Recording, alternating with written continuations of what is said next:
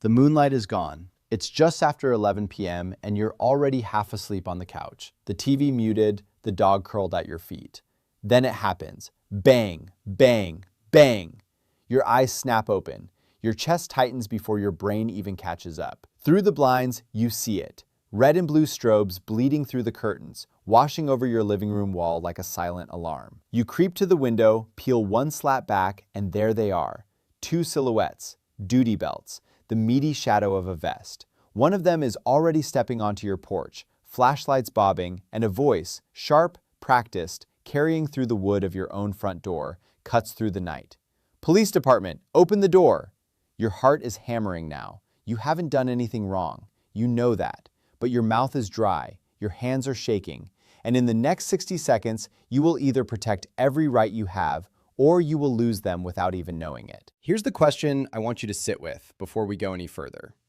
Have police ever shown up at your home unexpectedly, knocked on your door late at night or early in the morning, questioned you on your own porch, asked to come inside, pressured you to just answer a few questions, or made you feel like saying no wasn't really an option?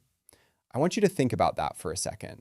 And when you're ready, drop your story in the comments, because I promise you, what happened to you is not random. There are patterns, there are tactics, and most people walk right into them blind. Stick with me, because later in this article, I'm going to give you the exact phrases, the psychological traps, and the single biggest mistake that makes ordinary, innocent people hand over their constitutional rights like they're nothing. But first, we have to talk about something that's hovering over all of us right now, whether you see it or not. They're watching from above, and they don't need a warrant to do it. Let me paint you a picture that's becoming more common than you think. You're in your backyard on a quiet Sunday afternoon. Maybe you're grilling. Maybe you're letting your kids run through the sprinkler. Maybe you're just sitting there drinking coffee, enjoying the fact that for a few hours, nobody needs anything from you. You look up, and there it is, a drone, hovering silently, maybe 200 feet up, maybe lower. It's not making the loud buzzing sound you'd expect. It's just hanging there, camera eye tilted down, watching. You tell yourself it's a hobbyist, a kid, a real estate photographer. But then you see the matte gray finish. No colorful decals, no blinking Christmas lights. Just a cold, functional piece of equipment that doesn't look like it came from a retail store. And you feel it, that primal crawl on the back of your neck. The sense that someone is looking at you inside a place where you thought you were invisible. Here's the truth nobody wants to admit. Police departments across the United States are using drones for surveillance in ways that would have gotten a cop fired 20 years ago. And they're doing it legally, or at least in a gray area that courts haven't fully closed yet. They're watching backyards, driveways, windows that face outward, and even the paths you take from your front door to your car. They're not knocking. They're not announcing themselves. They're not asking permission. They're just hovering, recording, and building a case against nothing until they find something. And most people have no idea they can fight back. So let's get something straight right now. I'm not one of those people who thinks all cops are enemies. I've worked with good officers, real professionals who care about the law and respect the Constitution. But I've also seen the other side. I've watched officers use drones to peek over 6-foot privacy fences because they were curious about a complaint. I've reviewed body camera footage where a cop openly admitted he flew a drone over someone's property just to see if there were any vehicles matching a description from an unrelated incident 3 miles away. And I've sat across from clients who had no idea that the video of them smoking a joint on their own back porch, something perfectly legal in their state, ended up in a federal database because a police drone happened to be overhead. You need to understand something about how police think. They don't see drones as invasive. They see them as efficient. Why spend 4 hours sitting in an unmarked car down the street, sipping cold coffee and hoping to see movement through a slit in the curtains, when you can launch a $2,000 quadcopter and map every exit, every window, every back gate in 10 minutes? Why risk a foot patrol behind someone's garage when you can fly a silent camera over the fence and see if there's anything worth getting a warrant for? They're not being malicious necessarily, they're being practical. The problem is that practicality runs straight through your right to privacy like a hot knife through butter. And the courts have been slow, painfully slow. The Supreme Court gave us a win in Florida versus Jardines back in 2013, saying that police can't bring a drug-sniffing dog onto your front porch without a warrant, because the porch is part of the home's curtilage, the private area immediately surrounding the house. That was a good ruling, but a drone isn't a dog. A drone isn't a cop standing on your welcome mat. A drone is a flying camera that never touches your property. And that's where the legal fight gets ugly. Here's the nightmare scenario I want you to imagine. It's 7 a.m. You're in your kitchen in boxer shorts and an old t-shirt, making coffee. You haven't closed the blinds over the sink yet because you're half asleep and you don't think anyone can see in. The window faces a small side yard, then a neighbor's fence, then an alley. No sidewalk, no street. No reasonable expectation that anyone is standing there watching you. Except someone is. Someone is watching you from 150 feet up through a telescopic lens that can read the logo on your coffee mug. And that someone is a police officer who decided this morning that your neighborhood looked suspicious. Now, is that illegal?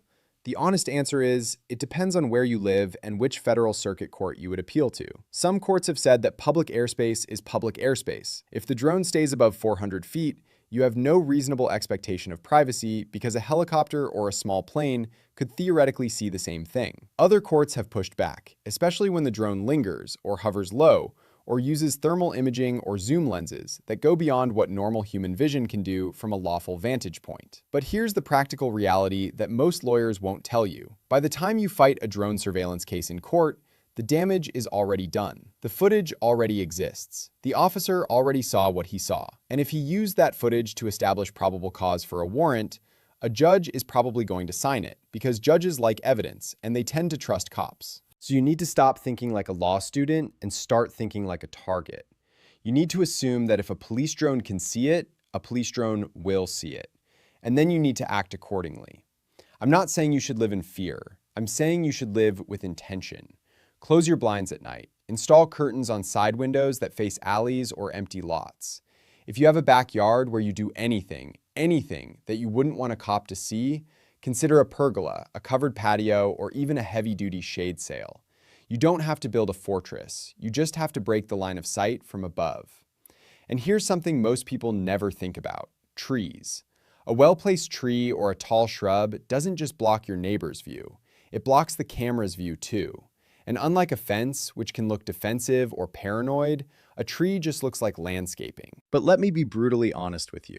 Blocking their view is only half the battle. The other half is understanding what happens when the drone sees something that makes the cop on the ground want to knock on your door. Because that's where the real danger begins. That's where everything shifts from passive surveillance to active confrontation. And that's where most people make catastrophic mistakes without even realizing it. Let me walk you through a scenario that happens somewhere in America every single night. You're in your living room. It's 9:30 p.m. The drone is gone, but you don't know that. All you know is that there's a knock at your door. Not a gentle knock, not a pizza delivery. This is the knock. 3 loud, deliberate strikes. Then silence. Then 3 more. You look through the peephole and see a uniform. Maybe 2. They're standing just off to the side, the way they're trained to do, so you can't get a clean look at their faces. You open the door slightly, just a crack. There's a chain on it, thank God.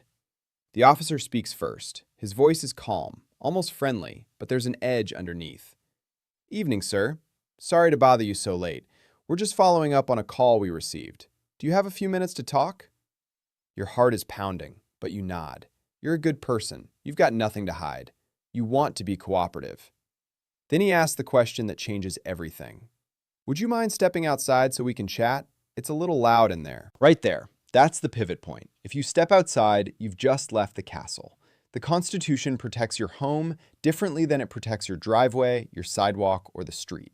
Inside your home, you have the strongest privacy protections in American law. Outside, on your own front porch, you're in a gray zone. And if you walk off your property entirely, you're just a citizen on public ground, and police can detain you with very little justification. I've watched body camera footage where an officer spends 10 minutes politely asking someone to come outside and talk. And the person finally agrees, just to be nice, just to end the awkwardness, just to show they're not hiding anything. And the second that foot crosses the threshold, the officer's entire demeanor changes. Suddenly, it's not a friendly chat anymore.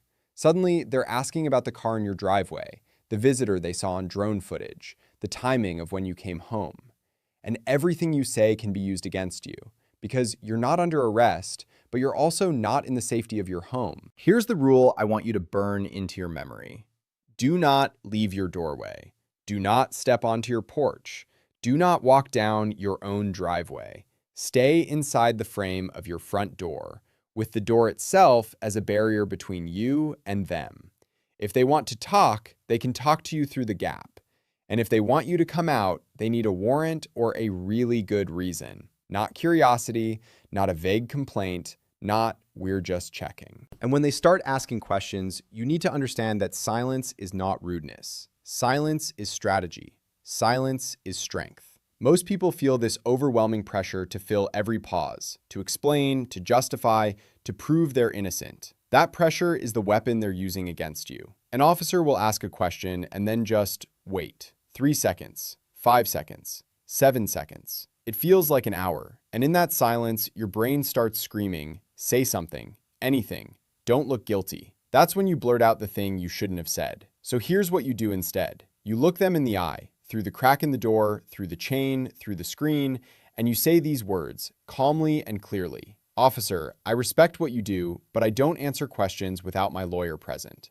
If you have a warrant, I'm happy to look at it. Otherwise, please leave my property." That's it. That's the whole script. You don't need to be angry. You don't need to be scared. You just need to be firm. And then you close the door. Not slam it, not slowly, just close it, lock it, walk away from the peephole. Let them stand there. Let them knock again. Let them say whatever they want through the wood. You already gave your answer. I know that sounds simple. I know it sounds cold, but I have seen this work hundreds of times. The officer will leave. They might grumble. They might say something about how you're making this difficult or how they're just trying to help. That's a tactic. That's pressure. That's them testing to see if you're confident enough to hold the line. Most people aren't. Most people crumble at the first hint of disapproval from someone with a badge and a gun. But you're not most people. Not anymore. Now, let's go back to the drone, because the drone changes the calculus in ways that most lawyers haven't fully wrapped their heads around yet. If a drone observed something on your property, even something completely innocent, like you moving a trash can at 2 a.m., or standing in your backyard talking on the phone, an officer now has that visual in their head. They can use it to justify a knock and talk. They can use it to claim they had reasonable suspicion to approach your home. And if you voluntarily consent to a search, everything that drone saw becomes admissible, because you waived your rights the moment you said, "Sure, come on in." Never forget that the single most powerful word in American policing is consent. If you consent to a search, the Fourth Amendment might as well not exist. Officers know this. They pray for it. They structure entire encounters around getting you to say yes. That's why they ask questions like, "You don't mind if I step inside for a second, do you?" Or, "Would it be okay if I took a quick look around?" They're not asking because they're polite. They're asking because without your consent, they're stuck. They have to go get a warrant, which means a judge, which means probable cause, which means paperwork, which means time. Time is the enemy of every investigation. Consent is the shortcut around the Constitution. So if a drone flies over your house tonight and an officer knocks on your door tomorrow morning and they say, "We just want to ask a few questions about something we observed from the air," your response should be immediate and automatic. "I don't consent to any search. I don't answer questions without my lawyer. If you have a warrant, I will comply. Otherwise, please leave." And then you close the door. I can feel some of you reading this and thinking, but what if I'm innocent? What if I have nothing to hide? Shouldn't I just cooperate and get it over with? That question breaks my heart, because it shows how successfully the system has trained people to distrust their own rights. You are not required to prove your innocence. That's not how this works. The burden is on the government to prove you did something wrong. And the moment you start answering questions, you are doing their job for them. You are giving them the raw material they need to build a case against you, even if you've done nothing illegal. Because here's the dirty secret of police questioning. Innocent people say weird things under pressure. They misremember. They contradict themselves. They get nervous and say, "I think so," when they should say, "I'm certain." And that nervousness, that hesitation, that tiny inconsistency, that becomes suspicious behavior in a police report. I've seen it happen. A simple question about when you got home turns into an hour of back and forth because you couldn't remember if it was 6:15 or 6:30. And suddenly, the officer is writing in his report, "Subject became evasive when questioned about his timeline." You weren't evasive. You were tired. You were scared. You were human. But the report doesn't say that. The report builds a story, and you're the villain in it. So let me say this as clearly as I can. The drone is not your enemy. The drone is a tool. Your enemy is your own instinct to be helpful, to explain, to justify, to make the uncomfortable situation go away. That instinct will destroy you if you let it. You have to override it with something colder, something more strategic, something that cares less about being perceived as rude and more about preserving your freedom. Now, I promised you I would explain the exact phrases, the psychological tactics, and the mistakes that change everything. Here they are. The worst mistake you can make is saying, "I've got nothing to hide." Those 5 words have sent more innocent people to jail than any lie a cop ever told. Because once you say that, you've psychologically surrendered. You've accepted the premise that cooperation equals innocence, which is false. You've opened the door for them to ask anything, search anywhere, push any boundary. Stop saying it. Delete it from your vocabulary. The second mistake is letting them separate you from other people in the house.